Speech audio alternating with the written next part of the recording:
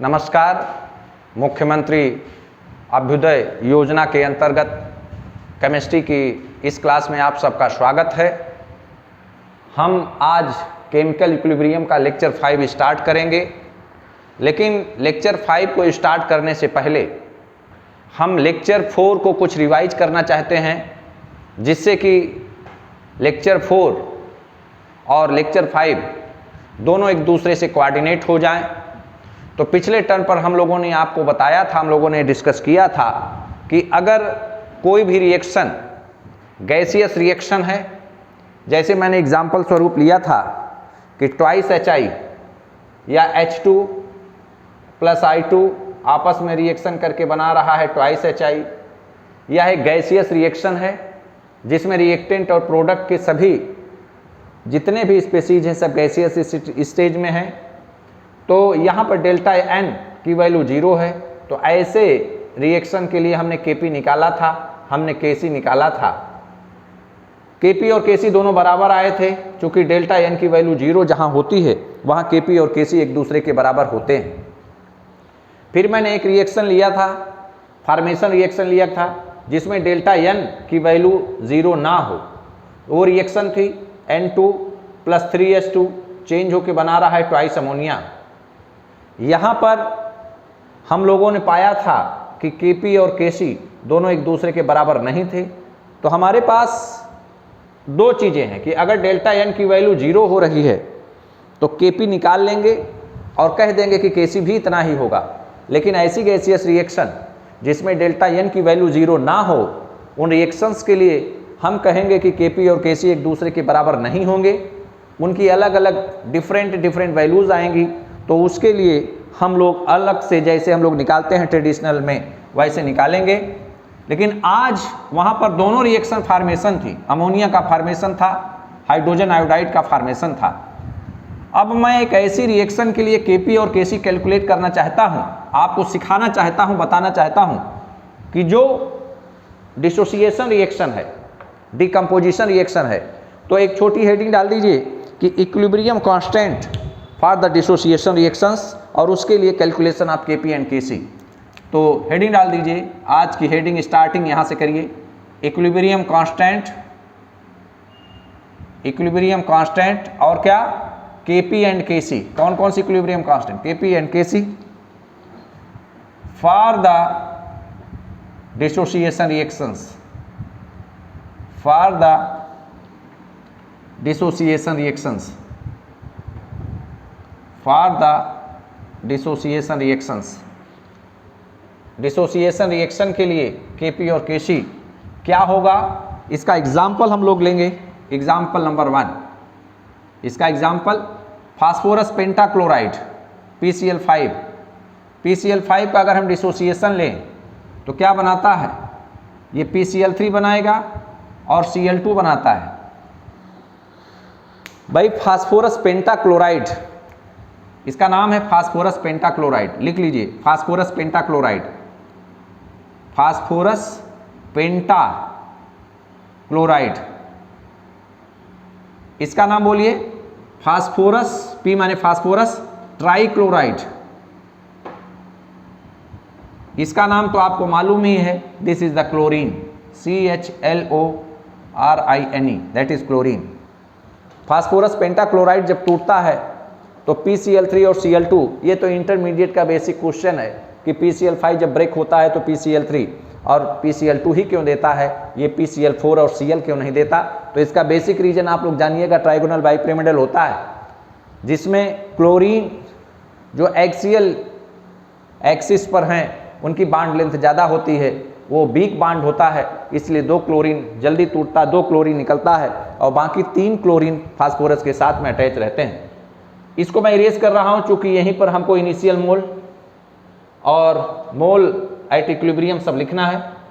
तो हमने एक चीज़ मान लिया कि 1 मोल PCl5 का लिया गया है। कहने का मतलब ये है कि जिस रिएक्शन वेजल में PCl5 है, यहाँ पे PCl5 है, तो PCl5 के मोलों की संख्या कितनी ली गई है? 1 मोल। और इस वॉल्यूम का, इस कंटेनर का जो वॉल्यूम है वो है V, ये हमने मान लिया। हमने माना कि let 1 mole of PCl5 is taken in V litre of vessel, V litre का वेजल है, उसमें PCl5 को लिया गया है। ये PCl5 डिसोसिएट हो रहा है, PCl3 बना रहा है और क्लोरीन गैस निकल। चलिए भाई, पुरानी बात जैसा कि हम लोग करते आए हैं, ये हमारे लिए कोई नई बात नहीं है, यह पुरानी बात है। अब तो आप लोग एक्सपर्ट हो गए हैं, बताते चलिए। Initial moles INITIL, initial moles. Initial mole का मतलब number of mole at T is equal to 0 time पर। इसके कितने मोल लिए गए हैं? आपने क्या माना है कि इसके कितने मोल लिए गए हैं? 1 मोल। किसके? PCl5 के स्टार्टिंग में, तो इसके मोलों की संख्या 1। लेकिन जब T is equal to 0 time है, जब रिएक्शन स्टार्ट नहीं हुई है, जिसमें रिएक्टेंट ही प्रेजेंट है, प्रोडक्ट प्रेजेंट नहीं है, क्योंकि रिएक्शन जब स्टार्ट नहीं हुई है तो प्रोडक्ट कहाँ बनेगा? तो इसके मोलों की संख्या 1, तो उस समय स्टार्टिंग में इसके मोलों की संख्या 0 या 0। लेकिन एट इक्विलिब्रियम T टाइम पर, साम्य अवस्था पर, एट इक्विलिब्रियम साम्य अवस्था पर हमने माना कि इसके मोलों की संख्या x है, तो इसके मोलों की संख्या 1 है, और यहाँ भी जो जितने इसके मोल हैं उतने इसके। अगर आपने इसके मोलों की संख्या 5 माना होता तो इसके भी मोलों की संख्या 5 होती। अगर आपने इसके मोलों की संख्या T माना होता तो PCl3 के मोलों की संख्या T होती। अगर आपने Cl2 के मोलों की संख्या Q माना होता तो PCl3 के मोलों की संख्या भी Q होती, क्योंकि जितने मोल ये हैं उतने ही मोल क्लोरीन बना है। तो ये बताइए कि PCl5 के कितने मोल? इसी में से तो ब्रेक हो रहा है ना, इसी में से ब्रेक होके PCl3 बन रहा है, Cl2 बन रहा है, तो एक मोल में से x मोल निकल गए, तो ये कितने बचे? 1 माइनस x। किसका कंसंट्रेशन है, किसका मोल है? ये मोल है PCl5 का। तो आगे देखिए भाई, हमने क्या माना है? V is the volume of container, V is the volume of container. हमने माना है ना कि let V is equal to volume of container, volume of container. जो हमारा पात्र है जिसमें अपक्रिया हो रही है, जिसमें रिएक्शन हो रही है, उसका वॉल्यूम V है।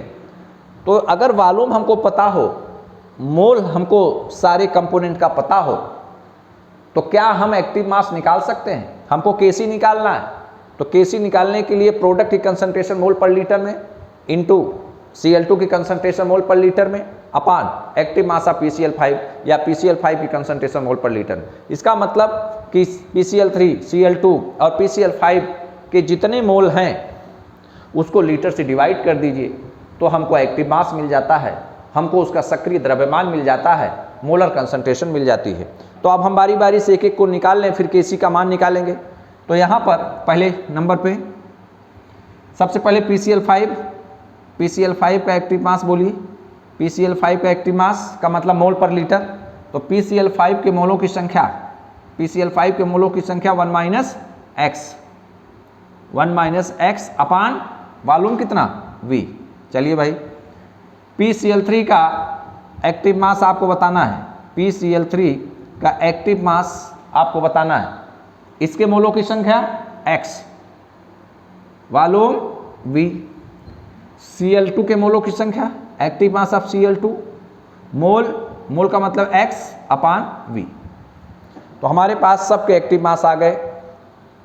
तो अब हम Kc आराम से निकाल सकते हैं, और यहाँ पर मैं Kc लिख रहा हूँ, यहाँ पर एक लाइन खींच के मैं Kc लिख रहा हूँ। इसके बाद से आप लोग यहाँ पर आ जाइएगा। तो चलिए भाई, Kc बताइए, जो रिएक्शन दिया गया है Kc बताओ। Kc is equal to product में कौन कौन है? प्रोडक्ट में PCl3 और Cl2 है। रिएक्टेंट में कौन कौन है? PCl5।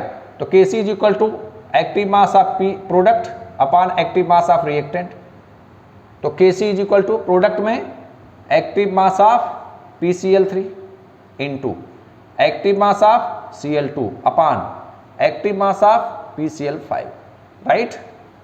तो क्या हम सारी वैल्यूज यहां से नहीं रख सकते हैं? आराम से रख सकते हैं सर। कैसे? बोलिए, सारी वैल्यूज बोलते चलिए। Kc is equal to PCl5, PCl3 PCl3 की वैल्यू कितना है x/v, तो ये हुआ x/v। Cl2 की वैल्यू बोलिए x/v अपान PCl5 का एक्टिव मास बोलिए 1 - x/v, 1 - x/v। तो यहां पर ध्यान दीजिए कैसे कैलकुलेट करना है, x का मल्टीप्लीकेशन x से x², v का मल्टीप्लीकेशन v से v²। तो मैं लिखता हूं Kc = x² अपान v², और जब इसको सॉल्व करेंगे ये वैल्यू, तो x² अपान v² और x² अपान v² अपान नीचे क्या बचा 1 - x/v। तो देखिए भाई, मैंने आपको बताया था कि अगर मैथमेटिक्स में इस टाइप से कुछ वैल्यू हो x/y t/q, तो इसकी जो वैल्यू हो जाती है ये x/y, जो हमारे बायो के बच्चे हमसे जुड़े हुए हैं उनके लिए, मैथमेटिक्स वालों के लिए तो कोई प्रॉब्लम नहीं, जो बायो के बच्चे हैं, जो नीट के बच्चे हैं, उनके लिए फार्मूला x/y अपान t/q अगर कहीं है तो x/y एज सच रहेगा, लेकिन जो अपान t/q है ये वैल्यू रिवर्स हो जाएगी, तो ये हो जाएगा q/t। इसी तरीके से अगर कहीं पर हो 5/7 अपान 8/9, तो इसकी वैल्यू बताइए 5/7 इंटू, ये वैल्यू रिवर्स हो जाएगी तो 9/8। तो यहाँ बताइए इसको कैसे सॉल्व किया जाए, तो Kc = ये आपका फार्मूला था, ये फार्मूला है। तो यहाँ पर बताइए x² अपान v² ऐसे रहेगा, ये वैल्यू पलट के ऊपर जाएगी, तो x² अपान v² इंटू v ऊपर अपान 1 - x, तो इस v से कैंसिल, तो Kc = क्या बचा, Kc = x² अपान 1 - x और यहाँ पर क्या v। Kc =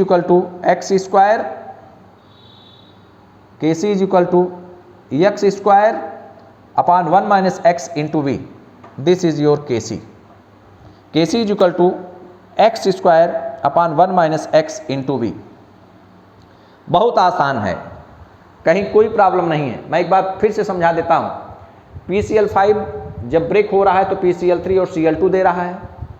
जैसे हम वहाँ इसके मोलों की संख्या a मानते थे, यहाँ पर मैंने मान लिया कि 1, PCl5 के मोलों की संख्या 1 मोल है। अगर इसको मानते तो यहीं पर a - x आता, और क्या, तो इसके मोलों की संख्या स्टार्टिंग में 1 है, तो इनके मोलों की संख्या 0, इनके मोलों की संख्या 0। लेकिन जब t टाइम हो गया इक्विलिब्रियम पर एट टाइम t, तो इसी 1 मोल में से कुछ न कुछ ब्रेक होगा, PCl3 और Cl2 बनेगा। तो मैंने माना कि PCl3 और Cl2 के मोलों की संख्या एट इक्विलिब्रियम वो x है। जितने मोल क्लोरीन के बनेंगे उतने ही मोल PCl3 के बनेंगे। तो मैंने माना कि Cl2 के मोल एट इक्विलिब्रियम पर x बने, तो निश्चित रूप से PCl3 के भी मोलों की संख्या, number of moles of PCl3 will also be x। Here you know very well that 1 mole of PCl5 is taken, therefore जब PCl3 और Cl2 बनेगा, इनके मोलों की संख्या x है, तो इसी में से ब्रेक होगा, इसी 1 मोल में से ब्रेक होकर के ये बनाएगा। तो जो भी कमी होगी इसी 1 में होगी, तो x मोल ये बन रहा है, तो इसी 1 में से एक सब्सट्रैक्ट होगा, तो मैंने लिखा 1 - x। चूंकि हमने माना है कि जिस रिएक्शन वेसल में रिएक्शन हो रही है उसका वॉल्यूम v है, v लीटर वॉल्यूम है रिएक्शन वेसल का जिसमें रिएक्शन हो रही है, तो इसका एक्टिव मास, इसका एक्टिव मास, इसका एक्टिव मास आसानी से निकाला जा सकता है। इसका एक्टिव मास अगर निकालना है PCl5 का, तो मोल अपान लीटर, इसके मोलों की संख्या 1 - x अपान लीटर। PCl3 के मोलों की, अगर मोल पर लीटर में कंसंट्रेशन, तो इसके मोलों की संख्या x अपान v। Cl2 के एक्टिव मास अगर निकालना हो तो x अपान v। सारी वैल्यूज हमने यहां से निकाल लिया। अब हम Kc लिखते हैं। इस इक्वेशन के लिए हम Kc लिखते हैं, तो इस इक्वेशन के लिए Kc कितना आया, Kc = प्रोडक्ट अपान रिएक्टेंट, तो प्रोडक्ट में active mass of PCl3 into active mass of Cl2, active mass of PCl3 into active mass of Cl2 upon active mass of PCl5। इसका एक्टिव मास PCl3 का कहाँ है, ये है x/v। Cl2 का active mass कहाँ है, यहाँ है x/v, x/v अपान PCl5 का एक्टिव मास 1 - x/v, 1 - x/v। तो Kc इक्वल टू x का x से मल्टीप्लाई करेंगे तो x स्क्वायर, v सा v से मल्टीप्लाई करेंगे तो v square upon 1 - x/v, 1 - x/v as such है। मैंने आपको एक फार्मूला बताया कि x/y फिर पूरे का अपान है T/Q। तो ये जो इसका सोल्यूशन होगा वो x/y एज सच है, और जो डिनोमिनेटर में T/Q है ये वैल्यू रिवर्स हो जाएगी तो Q/T। 5/7 अपान 8/9 है, एग्जाम्पल स्वरूप हमने दिया, तो 5/7 इंटू 9 ऊपर और 8 नीचे। इस तरह से इसको हम सॉल्व करें, x square upon v square upon 1 - x/v, तो x square upon v square, तो x square upon v square into ये वैल्यू रिवर्स हो जाएगी, वैल्यू रिवर्स हुई तो v अपान 1 - x। यहाँ पे v है, यहाँ v स्क्वायर है, तो इससे इससे कैंसिल v बचा। Kc बराबर x square upon 1 - x into v, ये है Kc। और हम लोगों को Kp अब निकालना है, calculation of Kp for this reaction, calculation of Kp। Kp निकालने के लिए यहाँ मैं इरेज करता हूँ Kp का मतलब equilibrium constant at constant pressure P। कैसे इसको निकाला जाए, मैंने आपको बताया था, पिछले टर्म पर डिस्कस किया था कि Kp को निकालने के लिए पार्शियल प्रेशर का यूज किया जाता है। जो टर्म है वो पार्शियल प्रेशर, और पार्शियल प्रेशर में मोल फ्रैक्शन आएगा, टोटल नंबर ऑफ मोल्स की हमको ज़रूरत पड़ेगी। तो इसलिए हम मान लें, या यहाँ पर जो टोटल मोल है उसको हम कैलकुलेट कर लें, तो यहाँ पर total number of moles at equilibrium, total number of moles at equilibrium, total number of moles at equilibrium is equal to इनके मोलों की संख्या प्लस इनके मोलों की संख्या प्लस इनके मोलों की संख्या, तो 1 - x प्लस x और फिर x, ये x कैंसिल, बचा क्या 1 + x। ये क्या है, total number of moles, total number of moles 1 + x, 1 + x is total number of moles, इसकी आवश्यकता पड़ेगी। तो चलिए भाई, यहाँ पर हम Kp का एक्सप्रेशन लिखने के लिए प्रयास करते हैं कि Kp कैसे लिखा जाए। मैं इसको इरेज कर देता हूँ। आपको मैंने बताया था Kp लिखते समय partial pressure of product upon partial pressure of reactant. तो लिखिए, आप अपने से लिखने का प्रयास करिए, कोशिश करिए। तो Kp इज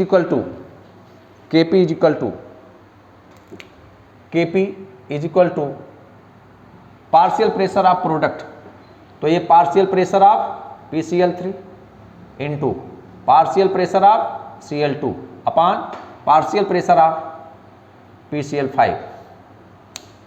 और अब पार्शियल प्रेशर बराबर हमने आपको बताया था कि पार्शियल प्रेशर फार्मूला मैंने आपको बताया था, mole fraction into total pressure, total pressure को P मान लीजिए।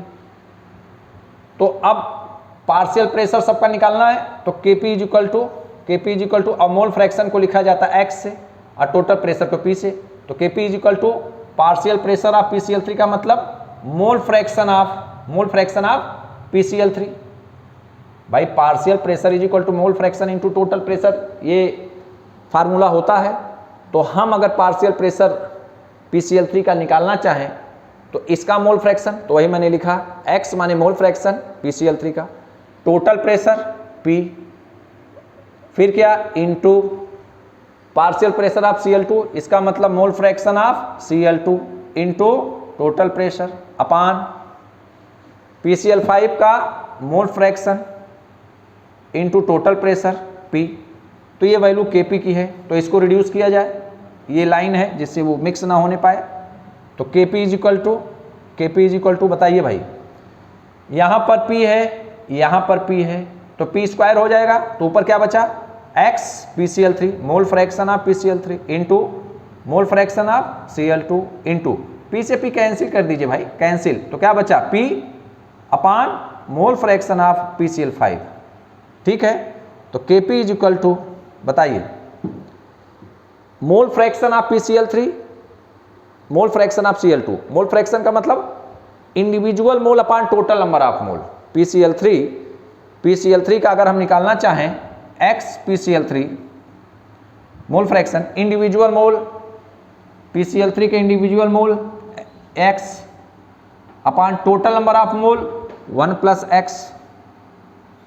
फिर उसके बाद मोल fraction of Cl2, mole fraction of Cl2 individual mole, Cl2 के इंडिविजुअल मोल कितने हैं? x है, Cl2 के इंडिविजुअल मोल x है upon total number of mole, total number of mole 1 plus x। बोलते रहिए, बताते रहिए भाई, x। इसके बाद PCl5 के मोल, PCl5 के मोल इंडिविजुअल मोल 1 माइनस x, ये देखिए upon total number of mole, total number of mole 1 plus x। Okay, तो इस सारी वैल्यूज को हम पुट कर दें तो PCl3 का मोल फ्रैक्शन, PCl3 का ये मोल फ्रैक्शन सबके निकाले हमने। PCl3 का मोल फ्रैक्शन, PCl3 का मोल फ्रैक्शन x अपान 1 प्लस x इंटू Cl2 का mole fraction x upon 1 plus x upon mole fraction of PCl5 1 minus x upon 1 plus x, यही ना। तो x का मल्टीप्लीकेशन x से तो क्या हो जाएगा? x square 1 plus X 1 plus x, इसका मतलब 1 प्लस एक्स का होल स्क्वायर। अभी मैंने जो आपको फार्मूला बताया था उसी फार्मूले को अप्लाई कर दीजिए तो आप ये देखेंगे कि ये x square upon 1 plus x का होल स्क्वायर रहेगा और ये वैल्यू जाएगी तो ऊपर रिवर्स हो जाएगी, 1 माइनस एक्स यहीं रहेगा, 1 प्लस ऊपर जाएगा तो 1 प्लस एक्स से 1 प्लस एक्स कैंसिल, इससे ये कैंसिल, तो क्या बचेगा? Kp is equal to x into X, तो बचेगा X square upon 1 plus X नीचे आएगा, 1 माइनस एक्स यहाँ है तो ये वैल्यू 1 प्लस एक्स और 1 माइनस एक्स, तो finally 1 plus X 1 minus X, तो a plus B a minus B अगर कहीं होता है, अगर ये फार्मूला आपके पास कहीं है a plus B into A minus B, तो ये फार्मूला होता है A square minus B square. तो वहाँ पर क्या है? 1 प्लस एक्स 1 माइनस एक्स, तो ये a अगर मानिए तो इसका तो 1 का स्क्वायर 1 माइनस एक्स स्क्वायर, यही आएगा। तो हमारे पास यही रिलेशन आ गया। आप यहाँ भी छोड़ सकते हैं लेकिन यहाँ इसको मत छोड़िए, एक लाइन और प्रोसीड करके फार्मूला अप्लाई करके इसको फाइनल फॉर्म में ला दीजिए। तो यहाँ पर Kp is equal to finally Kp is equal to X square upon X square, यहाँ पर देखिए एक P बच रहा है, यहाँ पर P है तो यहाँ पर P लिख दीजिए, यहाँ पर P बच रहा है, ये P बच रहा है, यहाँ पर P बच रहा था भाई, ये वाला P तो बचा हुआ है ना, ये P बचा हुआ है तो ये P, यहाँ पर P, तो X square P upon 1 minus X square, this is your final formula for the expression of Kp। तो Kp is equal to X square P upon 1 minus X square. यहाँ पर जो मैंने 1 मोल लिया है उसको 5 मोल 7 मोल 8 मोल 10 मोल 22 मोल कुछ भी ले सकता है। तो एक जनरल तरीका था बताने का कि कैसे हम डिसोसिएशन रिएक्शन के लिए, ये देखिए डिसोसिएशन रिएक्शन इसलिए है PCl5 डिसोसिएट होकर PCl3 और Cl2 दे रहा है, तो नोट कर लीजिए इसको। तो हम लोगों ने ये देखा कि डिसोसिएशन रिएक्शंस हैं, डिसोसिएशन रिएक्शन में जब डेल्टा एन की वैल्यू 0 ना हो तो Kp और Kc दोनों की वैल्यूज अलग अलग आती हैं, दोनों के मान अलग अलग आते हैं। तो इस टाइप से अब हम कुछ क्वेश्चन करेंगे। तो हमारे पास हमने कैलकुलेट किया कि इक्विलिब्रियम कांस्टेंट गैसियस रिएक्शन के लिए केस 1 में हमने लिया कि ऐसी गैसियस रिएक्शन जिसमें डेल्टा एन की वैल्यू 0 हो तो Kp और Kc बराबर आया था। H2 और I2 का formation H2 plus I2 is equal twice HI का फार्मेशन था। दूसरा केस ये लिया था कि जिसमें डेल्टा एन की वैल्यू 0 ना हो, तो डेल्टा एन की वैल्यू 0 ना थी तो वहाँ Kp और Kc बराबर नहीं आया था। तीसरा, मैंने आज जो लेक्चर लिया, आज लेक्चर मैंने स्टार्ट किया, वो उन रिएक्शन का जो डिसोसिएशन रिएक्शंस हैं।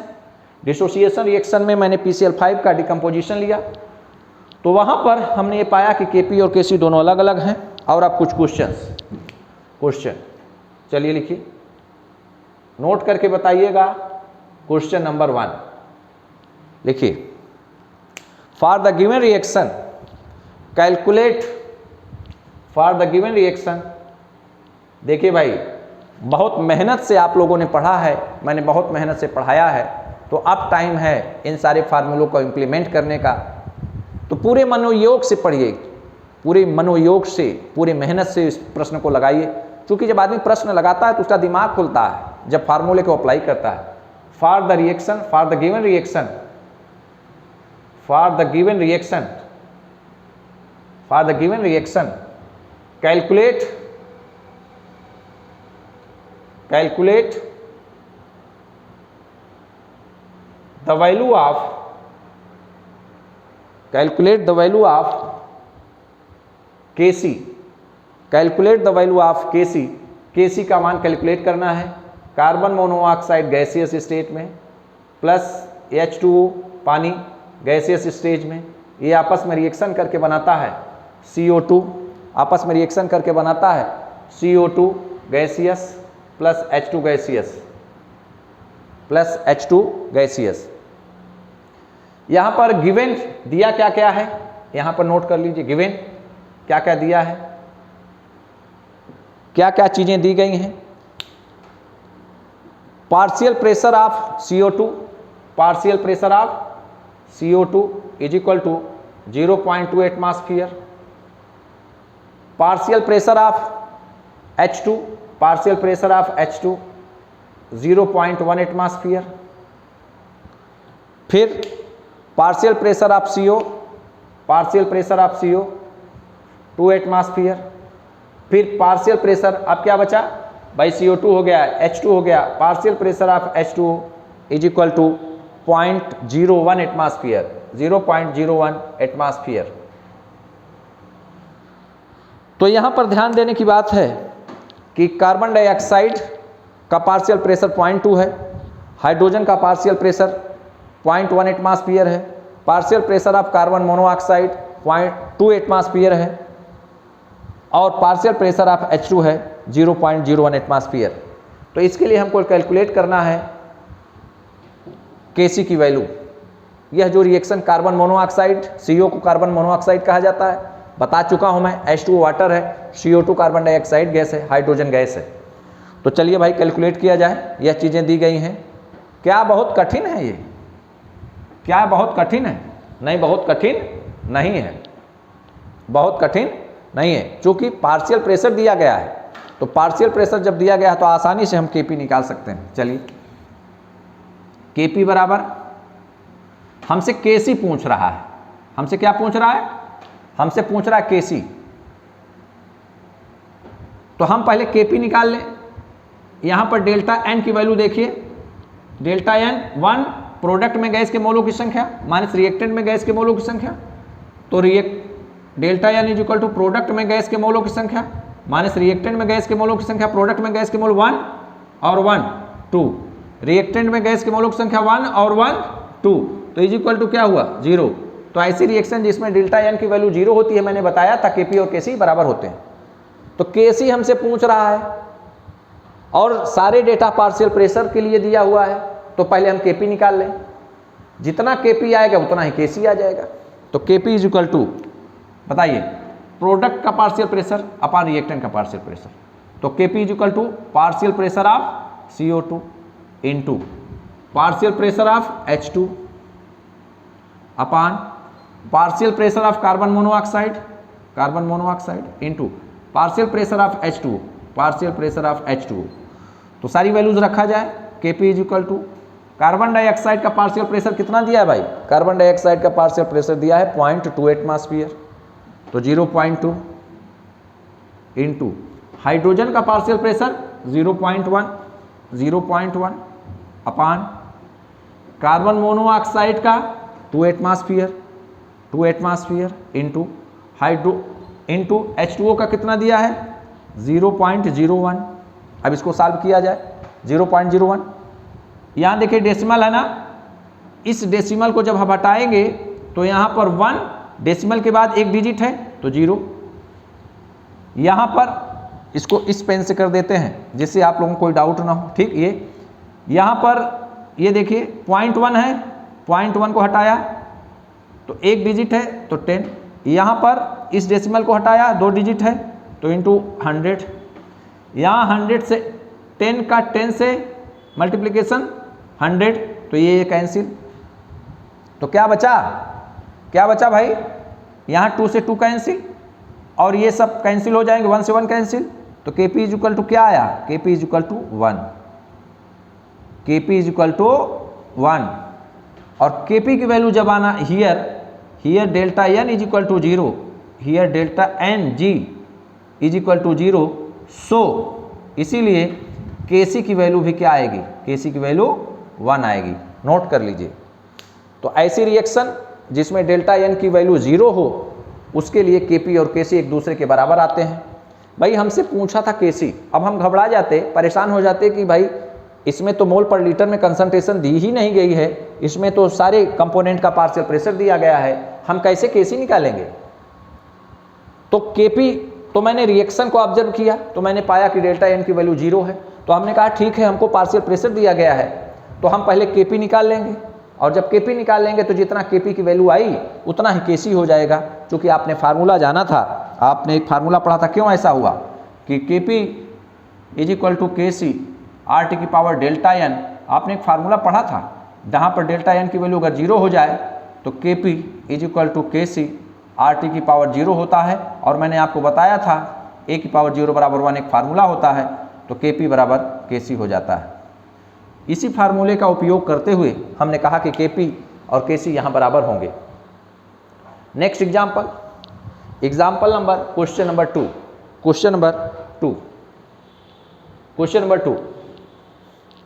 Calculate the unit of, next example, calculate the unit of Kp and Kc for the given reaction. Note कर लीजिए मेरे साथ, calculate the unit of Kp and Kc for the given reaction. Next question number 2, calculate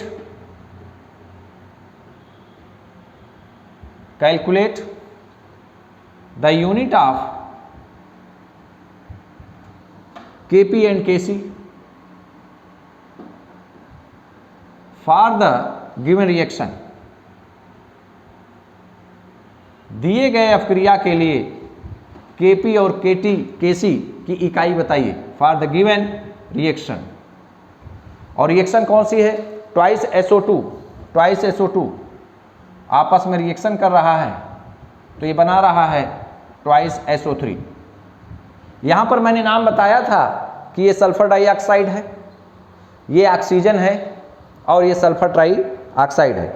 इस reaction के लिए आपको Kp और Kc की यूनिट बताना है। तो मैंने आपको बताया था, मैंने एक शॉर्ट ट्रिक बताई थी, Kp की यूनिट ऑफ Kp, मैंने आपको एक फार्मूला बताया था ना, इसका आंसर देखिए कैसे ये सॉल्व होगा।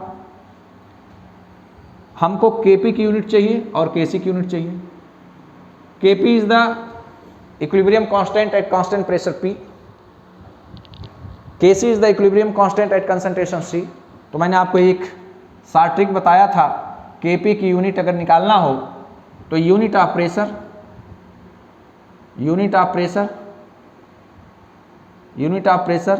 की पावर डेल्टा Ng, और प्रेशर की यूनिट क्या होती है, Kp is equal to, pressure की यूनिट क्या होती है, एटमॉस्फेयर की पावर क्या होती है, डेल्टा Ng, यही होती है ना। तो डेल्टा Ng कैसे निकलेगा, प्रोडक्ट में गैस के मोलों की संख्या माइनस रिएक्टेंट में गैस के मोलों की संख्या। प्रोडक्ट में गैस के मोलों की संख्या बताइए, प्रोडक्ट में गैस के मोलों की संख्या कितनी है, 2, तो हमने लिखा 2। रिएक्टेंट में गैस के मोलों की संख्या ये 2 है और यहाँ पर क्या है, 1 है। तो 2 और 1 इज इक्वल टू क्या 3। रिएक्टेंट में गैस के मोलों की संख्या 3। 2 में से 3 घटेगा नहीं घटेगा, लेकिन माइनस के साथ घट सकता है, तो वैल्यू आई -1। तो क्या हम वैल्यू रख सकते हैं यहाँ पर? तो Kp की यूनिट हो गई Kp is equal to atmosphere की पावर -1। R इसको नीचे ले जा सकते हैं। मैंने आपको एक फार्मूला बताया था जो बायो के बच्चे हैं कि कहीं पर x इनवर्स हो तो इसका मान होता है x/1/x, कहीं पर t इनवर्स होता है तो इसकी वैल्यू होती है 1/t, कहीं पर q इनवर्स होता है तो इसकी वैल्यू होती है 1/q। तो वहीं उसी तरीके से एटमॉस्फेयर की पावर -1 इनवर्स है, तो इसको 1/atm भी तो लिख सकते हैं, 1/atm। तो this is unit of Kp। Kc की यूनिट, Kc की यूनिट क्या होती है? Kc की यूनिट मैंने आपको बताया था मोल पर लीटर की पावर डेल्टा n, मोल पर लीटर की power delta n, unit of Kc। इसको नोट कर लीजिए आप लोग, यूनिट ऑफ प्रेशर की पावर डेल्टा n। और इस तरीके से अब हम Kc की यूनिट निकालेंगे। Kc की यूनिट मोल पर लीटर की पावर डेल्टा n, मोल पर लीटर की power delta n। Unit of Kc, unit of Kc is equal to mole upon litre की power delta Ng। Delta Ng का मतलब product में gas के मोलों की संख्या माइनस रिएक्टेंट में गैस के मोलों की संख्या, प्रोडक्ट में गैस के मोलों की संख्या माइनस रिएक्टेंट में गैस के मोलों की संख्या। तो भाई निकाल लिया जाए फिर से। प्रोडक्ट में गैस के मोलों की संख्या 2 मैं निकाल चुका हूँ, रिएक्टेंट में गैस के मोलों की संख्या 2 और 1 3, तो -1 ये वैल्यू आ गई, तो यहाँ पर रख दिया जाए। तो Kc की यूनिट आई मोल अपान लीटर की पावर क्या -1। तो Kc is equal to mole inverse upon litre, यही तो होगा ना भाई। इसको अगर हम तो मोल इनवर्स इंटू 1/लीटर इनवर्स, लीटर को ऊपर कर दें तो लीटर को ऊपर कर दिया तो लीटर, मोल इनवर्स इंटू मोल इनवर्स ऐसे है। तो दिस इज योर यूनिट। कई बार एग्जाम में ऑब्जेक्टिव क्वेश्चन ऐसे बना के दिए जाते हैं, तो लेकिन घबराने की जरूरत नहीं है, बहुत आसान है। Kc की यूनिट मोल पर लीटर की पावर डेल्टा n, ये आपका फार्मूला मैं आपको स्क्वायर ब्रैकेट लिखवा भी चुका हूँ, लेकिन फिर से आप लिख लीजिए कि इस टाइप से कभी कभी नीट में जरूर आए हुए हैं, जेई में तो कम आए हैं, लेकिन नीट में जरूर आया है। लेकिन कोई ऐसा नहीं है कि जेई में नहीं पूछ सकता है, बेस यही रहेगा, थोड़ा सा क्वेश्चन को ट्विस्ट करेगा। Next example,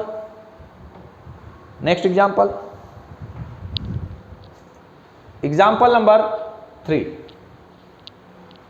example number 3, for the following reactions. लिखिए, मैं क्वेश्चन बोल रहा हूं, आप लोग लिखते चलिए। For the following reactions, for the following reaction PCl5 break हो रहा है। Question number 3, for the following reaction, for the following reaction, और रिएक्शन कौन सी है? PCl5 ब्रेक हो रहा है तो PCl3 दे रहा है और क्लोरीन गैस निकल रही है। PCl5 ब्रेक हो रहा है तो PCl3 दे रहा है और क्या दे रहा है? Cl2 दे रहा है, क्लोरीन निकल रहा है। PCl5 ब्रेक हो रहा है, PCl3 और Cl2 दे रहा है। यहां पर 0.4 मोल, इसके 0.2 मोल लिए गए हैं और इसको 0.6 मोल लिए गए हैं। तो इसी को लैंग्वेज के फॉर्म में लिखना है 0.4 moles of for the following reaction PCl5 change हो रहा है PCl3 plus Cl2, 0.4 moles of PCl5 comma 0.2 moles of PCl3 and 0.6 moles of Cl2, 0.6 moles of Cl2 are taken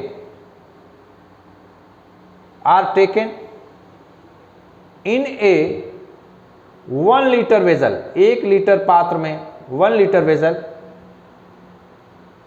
reaction vessel जिसमें vessel हो रही है। If Kc is equal to, इसी में दिया है फुल स्टॉप के बाद, if Kc is equal to 0.2, if Kc is equal to 0.2, then predict the direction, then predict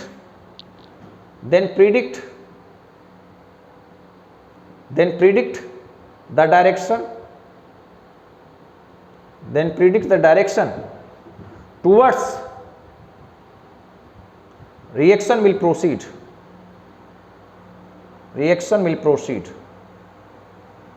देखिए भाई, Kc की वैल्यू आपको दिया गया है।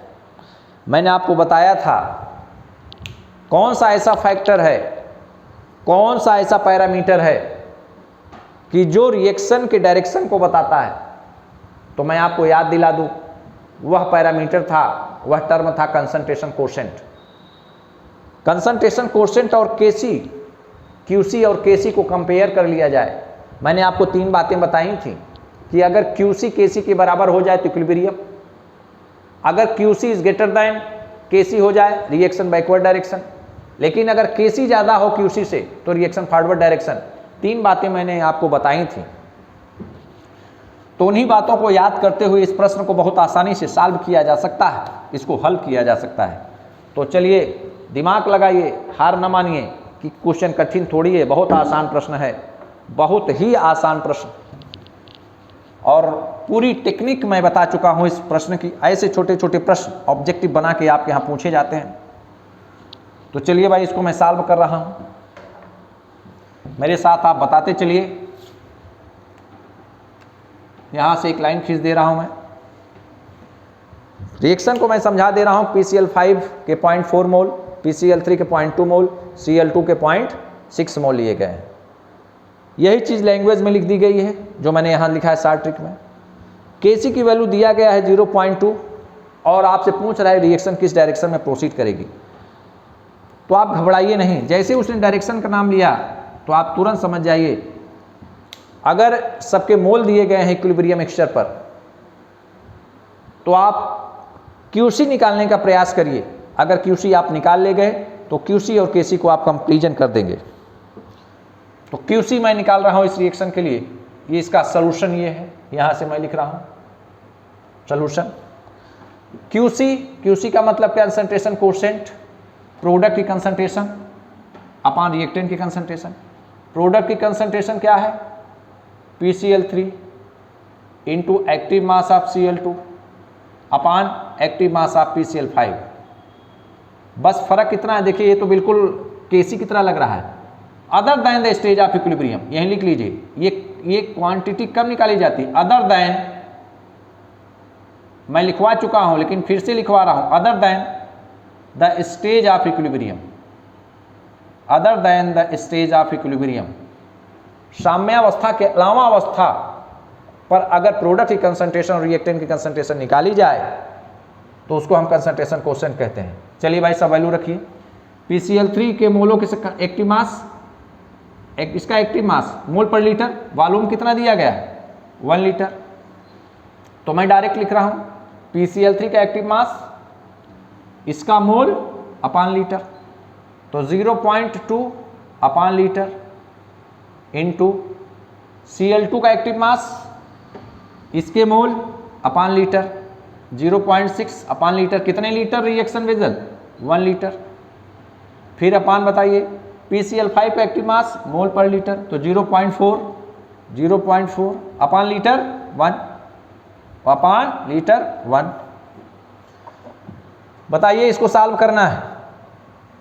जो हमारे जेई के बच्चे हैं फटाफट सॉल्व करें, इसको कर लेंगे। देखिए भाई, यहां डेसिमल है, इसको हटा दीजिए। इस डेसिमल को हटाए तो यहां 10, इस डेसिमल को हटाए तो यहां 10, इस डेसिमल को हटाए तो यहां 10, यही है ना। तो हमारे पास क्या बचा ऊपर? 2 इंटू 6 इंटू 10 अपान नीचे क्या बचा 4, इस 1 का कोई मीनिंग तो है नहीं, 4 ऐसे लिख लिया, इंटू 10 तो इस 10 से 10 कैंसिल। और बताइए ये 2 आया, 2 से 2 काटे तो 2 आया, यहाँ 2 नीचे है 6 ऊपर है तो 2 तिहाई 6 3 आया। तो हमारे पास QC इज इक्वल टू 3/10 और इसको सॉल्व करेंगे तो वैल्यू आएगी 0.3। तो ये बताइए गिवन दिया क्या गया है, KC की वैल्यू कितना दी गई है भाई 0.2। तो यहां पर हियर QC ज्यादा है कि KC, सर ये 0.3 है, ये 0.2 है, 0.3 ज्यादा है 0.2 कम है, तो इसका मतलब QC is greater than KC, QC is greater than KC, QC is greater than KC। तो अगर QC की वैल्यू KC से ज़्यादा है तो मैंने आपको बताया था कि रिएक्शन बैकवर्ड डायरेक्शन में मूव करेगी, तो रिएक्शन का डायरेक्शन होगा बैकवर्ड, रिएक्टेंट ज़्यादा बनेगा, प्रोडक्ट कम रहेगा, बैकवर्ड डायरेक्शन। इस टाइप से भी आपसे प्रश्न पूछा जा सकता है। फिर मैं समझा दे रहा हूँ, कहा गया है कि फॉर द फॉलोइंग रिएक्शन, इस रिएक्शन के लिए PCl5 चेंज हो रहा है PCl3 में और Cl2 में, इसका नाम फास्फोरस पेंटाक्लोराइड 5 है, इसका नाम फास्फोरस ट्राइक्लोराइड 3 क्लोरीन है, ये क्लोरीन है।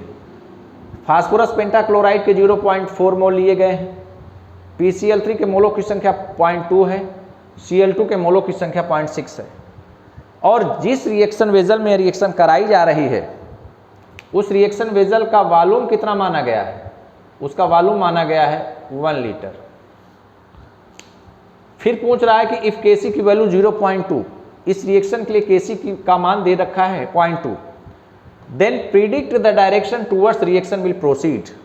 तो आप उस डायरेक्शन को बताइए इन सारे वैल्यूज को देख करके कि रिएक्शन किधर प्रोसीड करेगी। तो डायरेक्शन को बताने के लिए हमारे पास एक पैरामीटर था, हम लोगों ने पढ़ा था, वो था कंसंट्रेशन कोशेंट, उसका नाम था QC। हमने QC कैसे निकाला, प्रोडक्ट की कंसंट्रेशन अपॉन रिएक्टेंट की कंसंट्रेशन।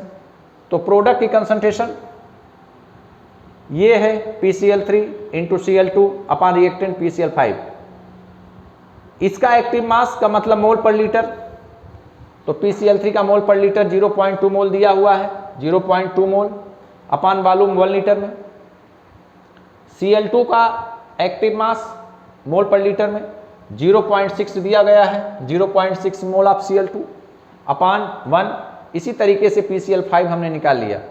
जब इसको सॉल्व किए तो इस डेसिमल को हटाया तो यहाँ 10, इस डेसिमल को हटाया तो यहाँ 10, इस डेसिमल को हटाया तो यहाँ 10, तो ऊपर बचा 2 इंटू 6 इंटू 10, 2 इंटू 6 इंटू 10, नीचे क्या बचा 4 इंटू 10 इंटू 4 इंटू 10 इंटू 10। इस 10 से इस 10 कैंसिल, 2 को कैंसिल किए 4 से तो 2 इंटू 2 आया, 2 को 6 काटे तो 2 6 कट जाएगा, 2 से 3 आएगा। उसके बाद 3/10 बचा, 3/10 इसको सॉल्व किए तो 0.3, QC की वैल्यू आ गई 0.3 और दिया गया है KC की वैल्यू 0.2। तो ये बताइए यहाँ QC ज़्यादा है कि KC, तो आपने कहा सर यहाँ QC ज़्यादा है। तो QC अगर ज़्यादा हो, मैंने 3 केस आपको रिमेंबर करा दूँ, मैंने 3 केस आपको बताया था। मैंने कहा था कि QC बराबर KC अगर हो तो ये इक्विलिब्रियम था। अगर मैंने कहा था QC is greater than KC तो ये बैकवर्ड था। अगर QC is less than KC तो ये फॉरवर्ड डायरेक्शन। और मैंने ऐसे 3 फिगर भी आपको बताए थे, ऐसे 3 फिगर बताए थे ना, ऐसे 3 फिगर। तो इन 3 फिगर को याद करिए, यही QC और KC को कंपेयर किया था। तो इस टाइप से भी आपके सामने प्रश्न आ सकते हैं, नोट कर लीजिए इसको और प्रश्नों को समझते भी चलिए। अब नेक्स्ट क्वेश्चन, क्वेश्चन नंबर 4। और इस क्वेश्चन में हम वही क्वेश्चन कराएंगे कि जो हमने कई केसेस बताए थे कि अगर किसी भी रिएक्शन को रिवर्स किया जाए तो इक्विलिब्रियम कांस्टेंट भी इन्वर्ट हो जाता है। अगर किसी रिएक्शन को 2 से डिवाइड किया जाए तो अंडर रूट हो जाता है, 2 से मल्टीप्लाई किया जाए तो स्क्वायर हो जाता है। तो उसी टाइप से हम लोग क्वेश्चन करेंगे, नोट करिए। For the reaction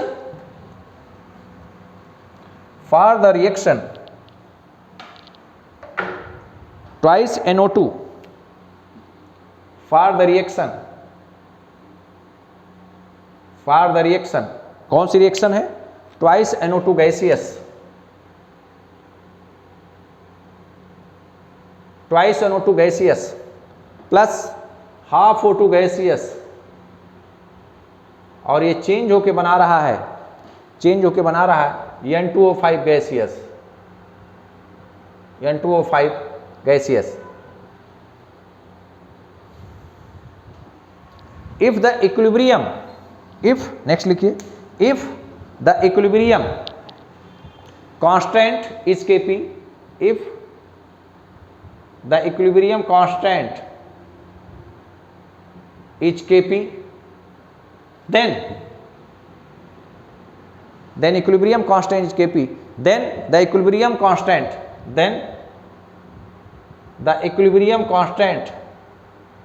for the given reaction, the equilibrium constant for the given reaction कौन सी रिएक्शन? इसी में 2 से मल्टीप्लाई कर दीजिए बस, और रिवर्स कर दीजिए, इसको रिवर्स कर दीजिए। ट्वाइस और 2 से मल्टीप्लाई करते हो, ट्वाइस N2O5, तो हमने इसको रिवर्स किया, 2 से मल्टीप्लाई किया तो क्या हुआ?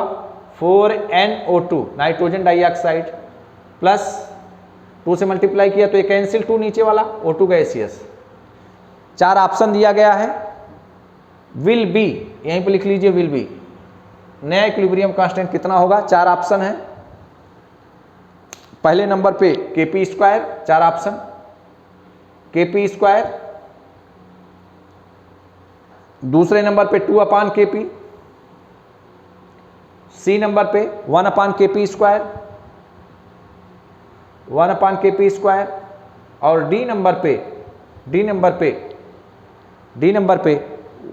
1/ कोई एक बना दीजिए, 1/√Kp, 1/√Kp।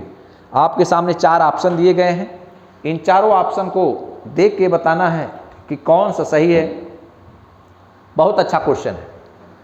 Twice NO2 nitrogen dioxide plus half O2 gaseous change होकर बना डाई नाइट्रोजन पेंटाऑक्साइड, N2O5 को कहा जाता है।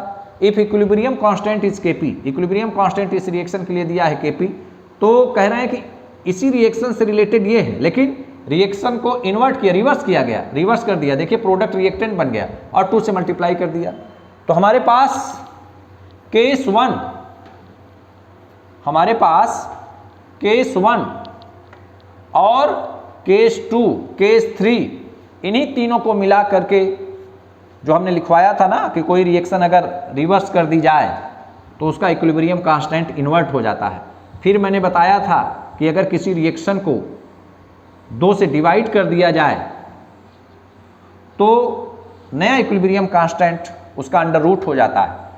फिर मैंने आपको बताया था कि अगर 2 से मल्टीप्लाई कर दिया जाए तो नया इक्विलिब्रियम कांस्टेंट, पुराने वाले नया equilibrium constant is equal to new equilibrium constant is equal to old equilibrium constant का स्क्वायर हो जाता है। तो इसको सॉल्व करना है भाई, चलिए सॉल्व किया जाए।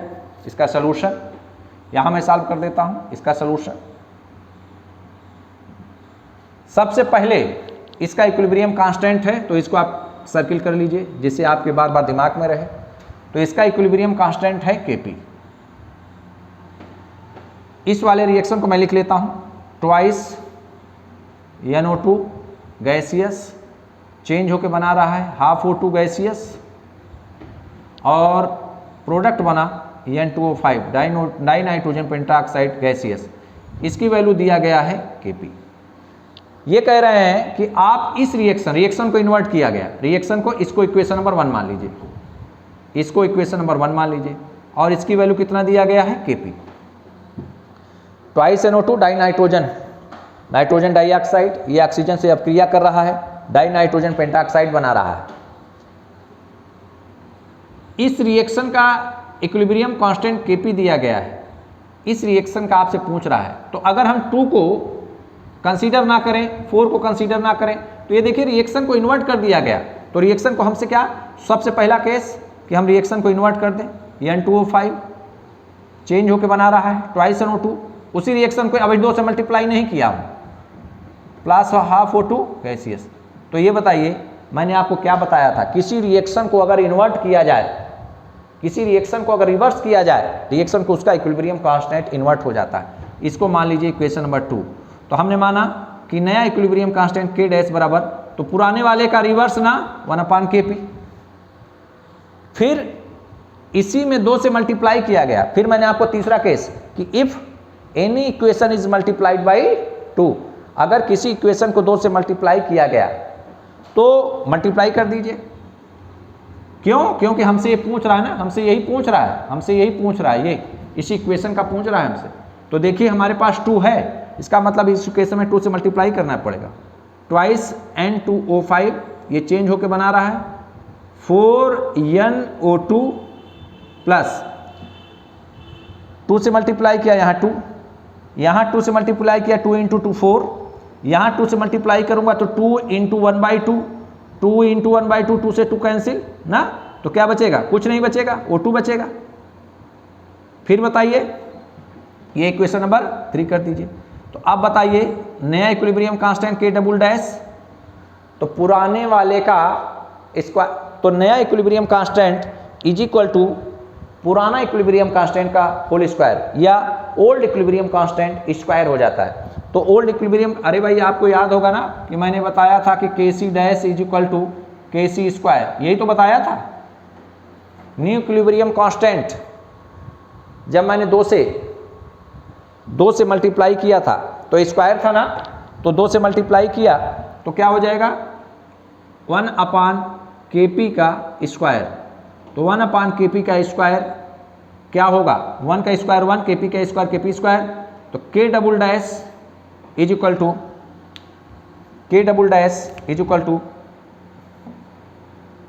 1/Kp square. तो this is your correct answer. देखिए मैच करिए भाई, K dash is equal to 1/P square 1/Kp square, 1/Kp square. Kp square कौन सा ऑप्शन सही हो रहा है इसमें? Kp स्क्वायर है, नहीं ये सही नहीं। 2/Kp ये भी सही नहीं। तीसरा ऑप्शन 1/Kp स्क्वायर, तो ये सही है। This is your right answer. ध्यान से प्रश्न को पढ़िए, समझने का प्रयास करिए, बहुत अच्छा प्रश्न है। Twice NO2O2 plus half O2 gaseous N2O5। अच्छा ये बताइए, अगर इसी रिएक्शन को इन्वर्ट कर देते, जैसे मैंने यहाँ पाया, तो कह देते सर इसका इक्विलिब्रियम कांस्टेंट Kp है, तो अगर इसको इन्वर्ट कर दिए तो ये Kp इन्वर्ट हो जाएगा। तो मैंने K डैश मान लिया, नए वालों को तो 1/Kp कर दिया। फिर इसी इक्वेशन को किससे मल्टीप्लाई किया? 2 से।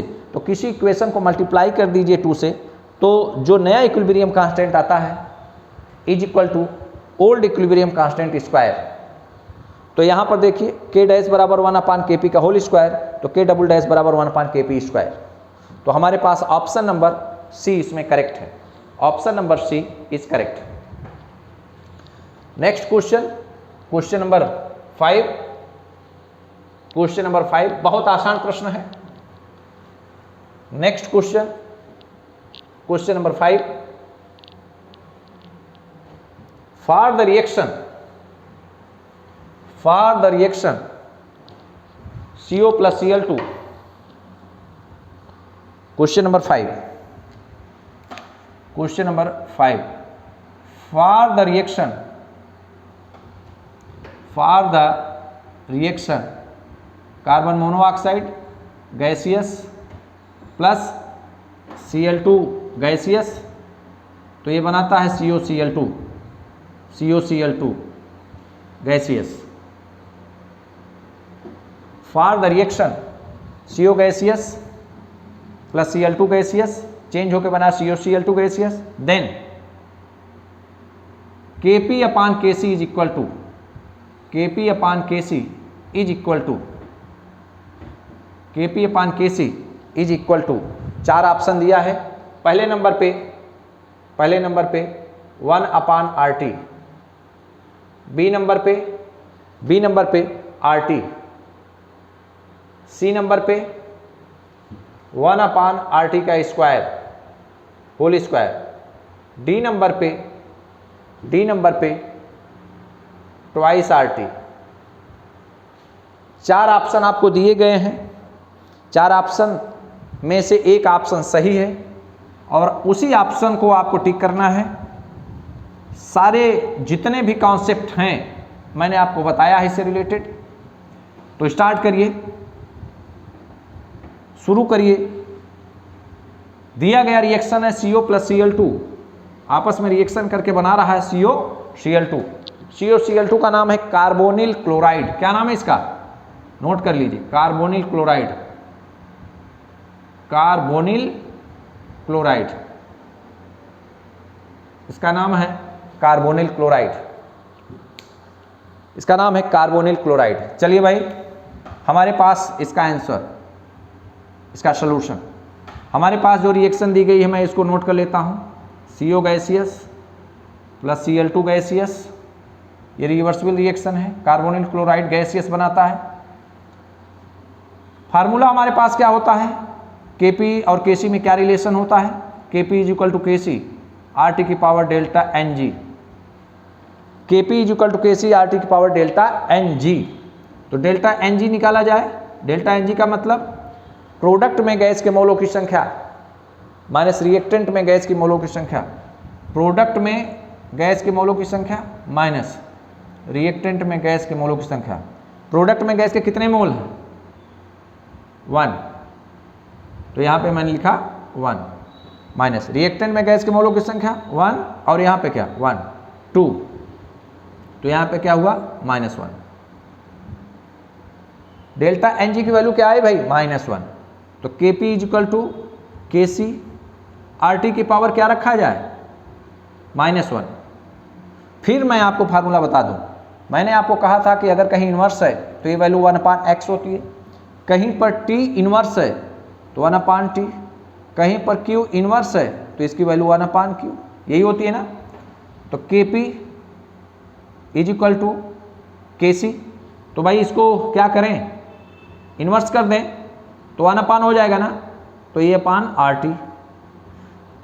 Kc से दोनों तरफ डिवाइड कर दीजिए, तो यहाँ डिवाइड किया तो Kp अपान Kc, यहाँ डिवाइड करेंगे तो Kc कैंसिल, तो क्या वैल्यू आएगी, Kp upon Kc is equal to 1/RT। Kp upon Kc is equal to 1/RT। This is your right answer.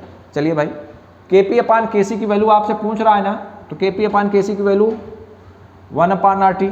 अरे ये क्या हुआ, ये तो फर्स्ट ही सही हो गया है, बहुत अच्छा। यहाँ पर नहीं, गलत है, ये भी गलत है। तो इस आपका कौन सा आंसर सही हुआ, फर्स्ट आंसर सही हुआ। तो देखिए भाई, ये कार्बन मोनोऑक्साइड था, ये क्लोरीन आपस में अपक्रिया करके कार्बन क्लोराइड बना रहा था। इसके लिए Kp और Kc में रिलेशन पूछा गया, तो मैंने रिएक्शन को पहले नोट कर लिया। हम फार्मूला जानते हैं, Kp बराबर Kc RT की power delta Ng। Delta Ng का मतलब प्रोडक्ट में गैस के मोलों की संख्या माइनस रिएक्टेंट में गैस के मोलों की संख्या, number of moles of gaseous product minus number of moles of gaseous reactant. Product में गैस के मोलों की संख्या अगर हम देखें तो 1, तो यहाँ पर 1। फिर रिएक्टेंट में गैस के मोलों की संख्या, रिएक्टेंट में गैस के मोलों की संख्या 1 और 1 क्या हो गई 2, 1 - 2 इज इक्वल टू -1। यही -1 की वैल्यू हम डेल्टा N की जगह रख दिए, तो इसकी जगह तो -1। तो Kp is equal to Kc RT की पावर -1। Kp के नीचे Kc को ले गए, Kp के नीचे Kc को ले गए, तो RT 1/RT ऐसे है। तो option number 1 is the right answer. Next question, question number 6। Question number 6, in the reversible reaction, question number 6, question number 6, question number 6, in the reversible reaction, question number 6 में in the reversible reaction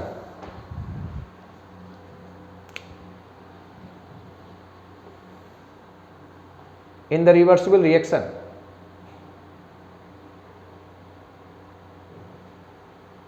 in the reversible reaction है H2 twice HI टूट के दे रहा है, twice HI टूट के दे रहा है H2 plus I2, H2 plus I2 टूट के दे रहा है twice HI, then which of the following is true, then which of the following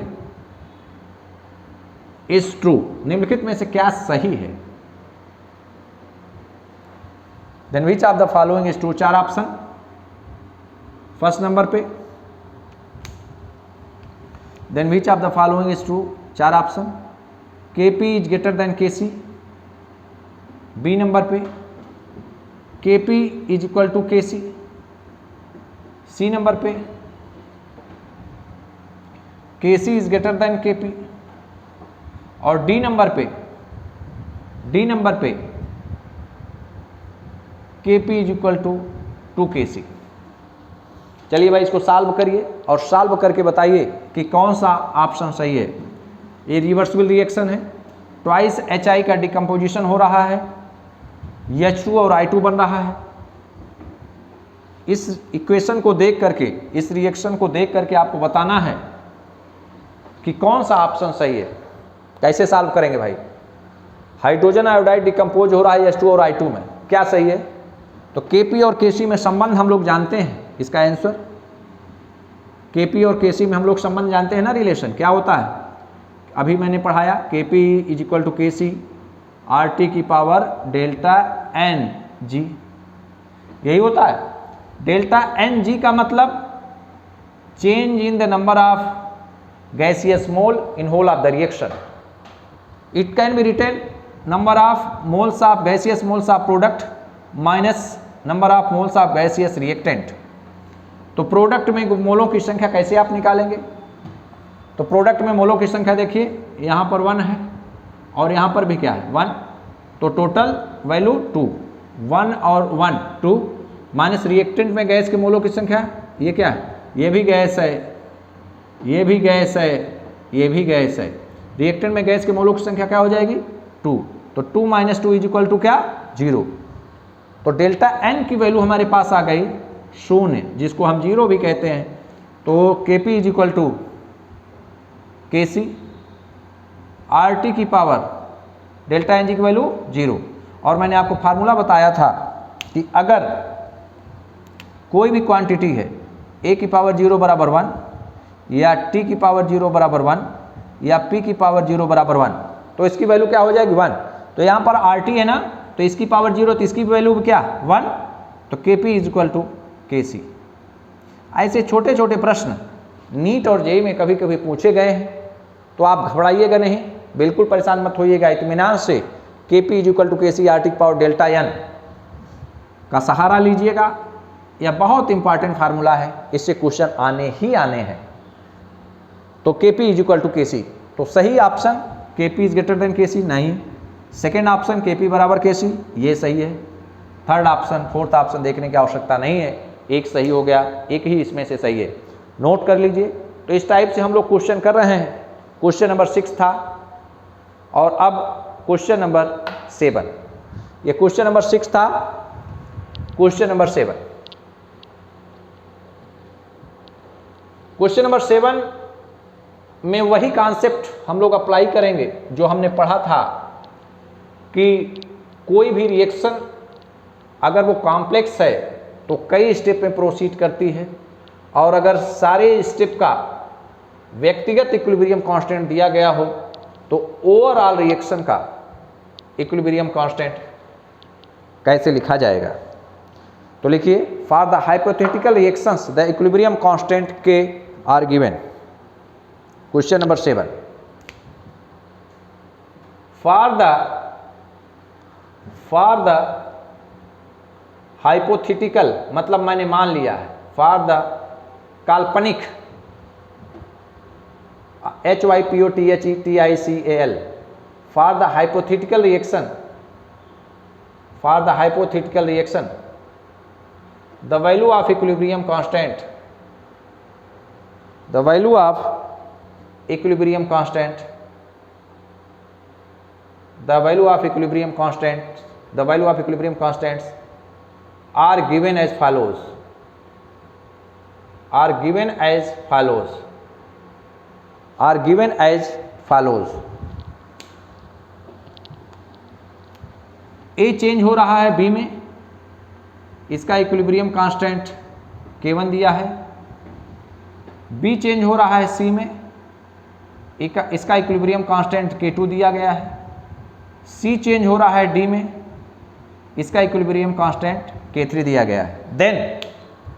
Then the equilibrium constant K for the reaction, then the equilibrium constant K for the reaction, then the equilibrium constant, then the equilibrium constant for the reaction. यह reaction है equilibrium. इस reaction के लिए आपको बताना है ए change हो रहा है डी में, ए चेंज हो रहा है डी में, इसके लिए आपको इक्विलिब्रियम कांस्टेंट बताना है. और 4 ऑप्शन उसने दे रखा है. पहला ऑप्शन है K1, पहला ऑप्शन है K1 plus K2 plus K3, K1 plus K2 plus K3. दूसरा ऑप्शन है K1, दूसरा ऑप्शन है K1 minus K2 plus K3. तीसरा ऑप्शन है सी नंबर पे K1 into K2 into K3. और डी ऑप्शन है K1 अपान K1 plus K2, K3 plus K2. तो हमारे पास 4 ऑप्शन है. पहला option K1 plus K2 plus K3, दूसरा option K1 minus K2 plus K3, तीसरा ऑप्शन K1 इंटू K3 और चौथा ऑप्शन है K1 अपान K1 plus K2 plus K3. यह कोई हाइपोथेटिकल रिएक्शन है जिसमें A चेंज हो रहा है B में, B चेंज हो रहा है C में, C चेंज हो रहा है D में.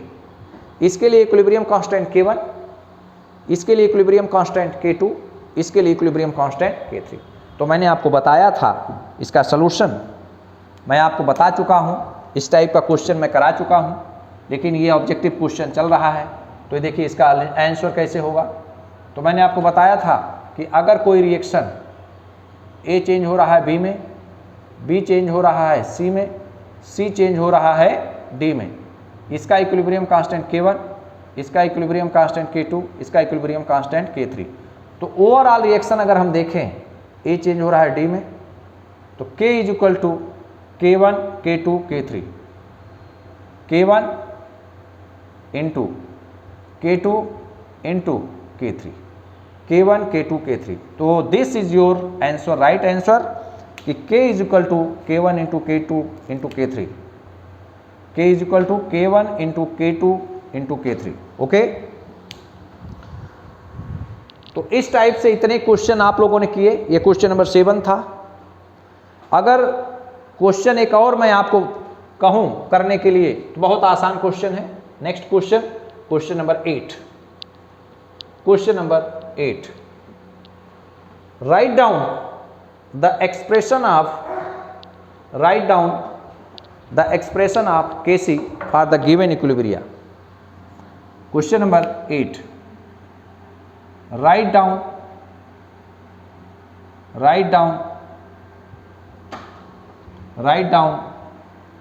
the expression of,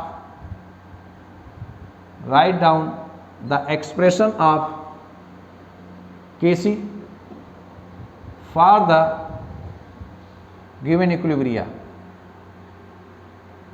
for the given equilibrium, for the given equilibrium. Equilibrium कौन सी है भाई? पहले नंबर पे ammonia plus water, ammonia plus water change होके बना रहा है NH4 plus ammonia, ammonia plus H2O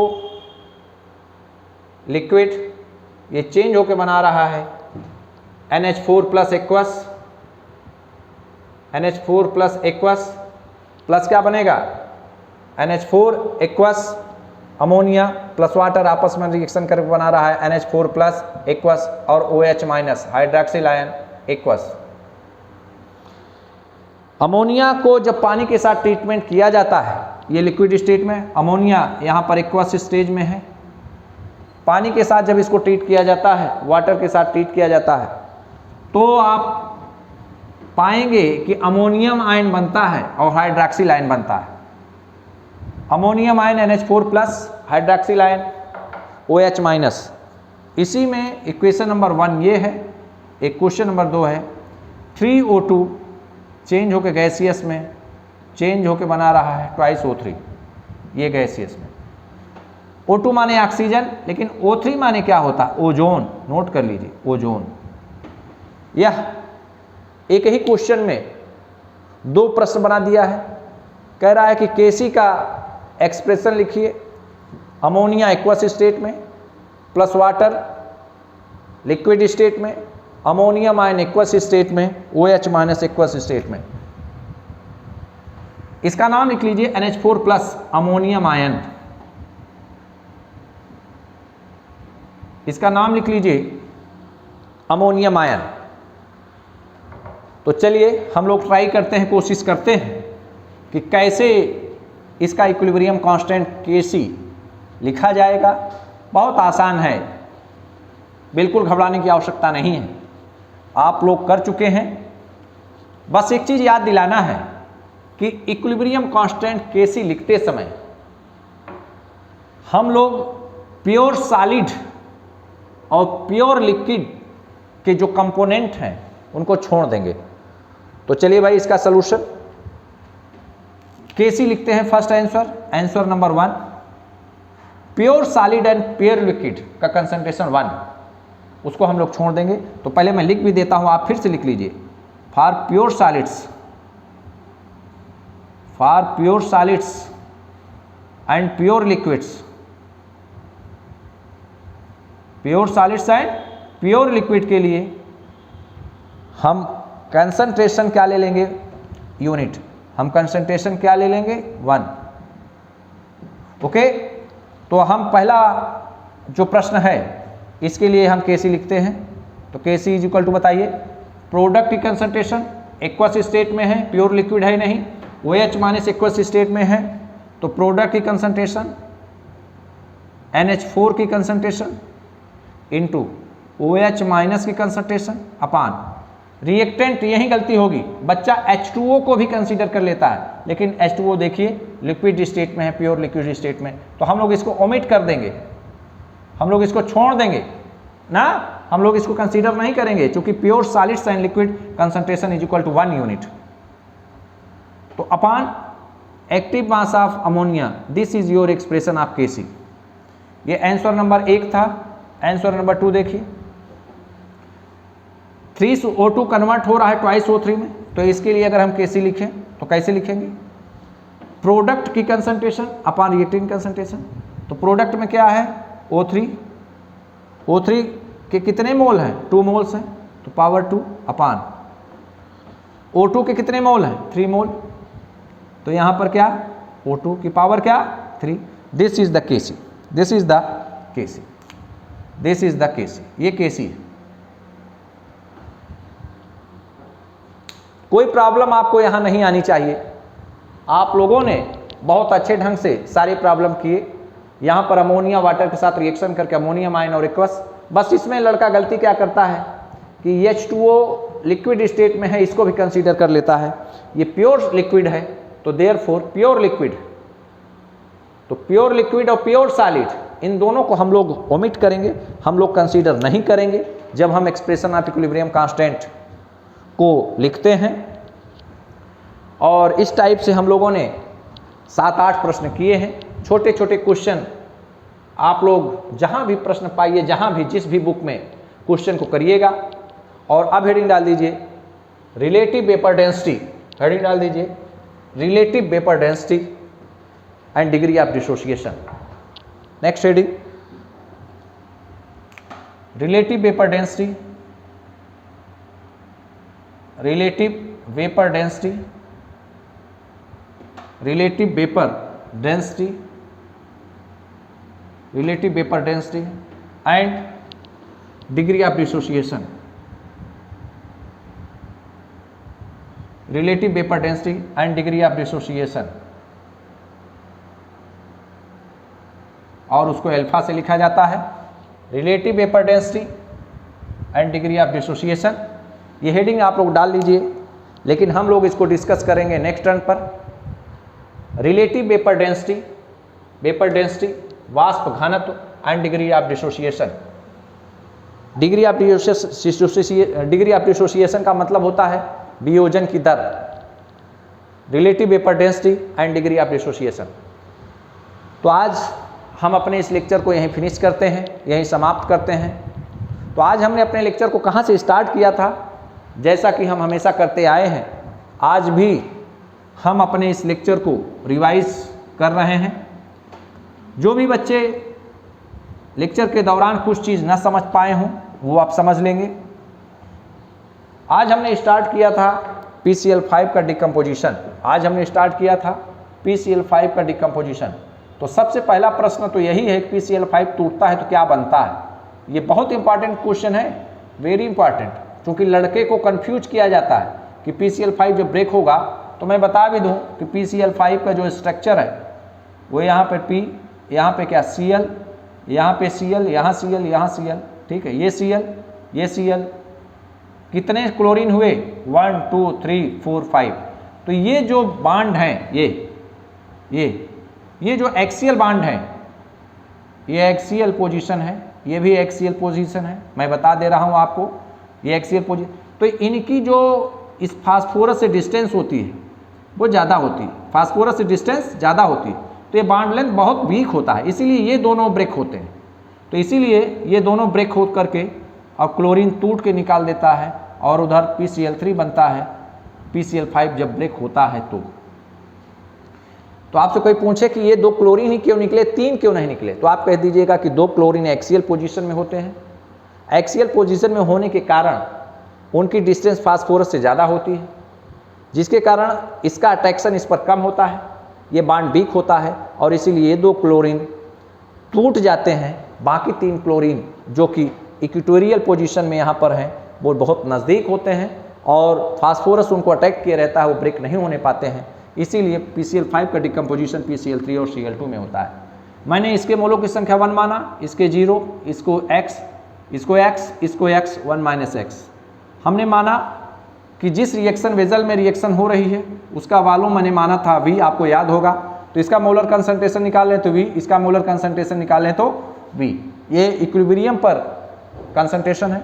तो अगर हम Kc निकालें तो प्रोडक्ट की कंसंट्रेशन दिस अपान दिस, तो x अपान V इंटू x अपान V अपान 1 - x अपान V, ऐसे आपने निकाला था। V से V कैंसिल, तो ऊपर बचा x² अपान 1 - x इंटू V।